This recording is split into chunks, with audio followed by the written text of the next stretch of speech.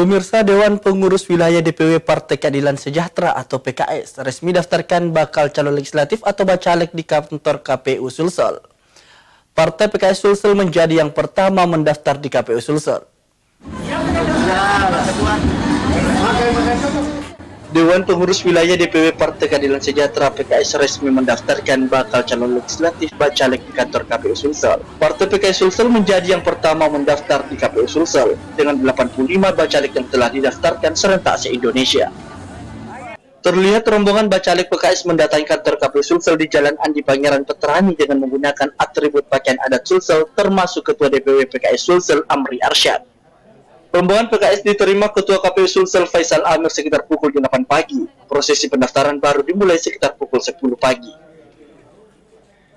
Koordinator Divisi Teknis Penyelenggaraan Pemilu KPU Sulsel Asram Jaya menyampaikan, sejak Senin 1 Mei Komisi KPU Sulsel telah membuka pendaftaran bakal calon legislatif bacalek Pemilu 2024. Pendaftaran dibuka sampai tanggal 14 Mei.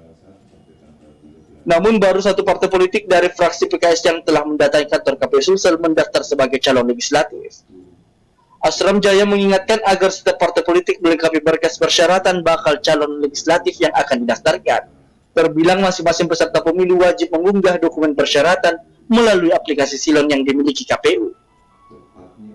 Hari ini tanggal 8 ada dari Partai Keadilan Sejahtera datang melakukan pengecekan di Silon. Sama-sama kita cek di Silon ya untuk pengajuan bakal calonnya.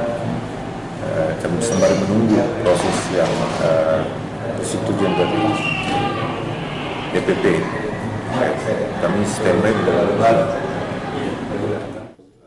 Ketua DPW PKS Sulsel Amri Arsyad mengatakan, sejumlah bacalek yang didaftarkan merupakan kader yang pernah menjabat sebagai legislator di kabupaten maupun di kota. Berharap kader-kader yang naik kelas harus duduk sebagai legislator Sulsel. Selain itu, Amri menjelaskan, bacalek perempuan yang didaftarkan hari ini lebih dari 30%. Ia menyebutkan, Partai PKS menjadi salah satu prioritas bacalek perempuan di kontestasi Pileg 2024 nanti. Hari ini ya secara serentak melakukan pendaftaran mulai dari tingkat pusat ya sampai ke tingkat kabupaten kota. Kenapa ini kita lakukan?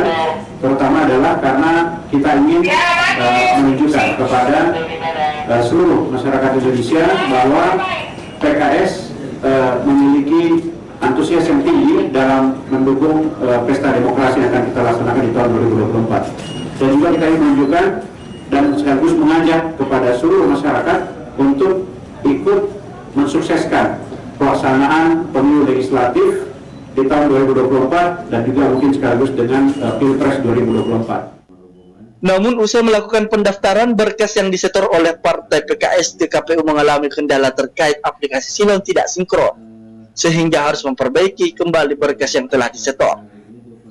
Ardi Jaho, Slebes TV.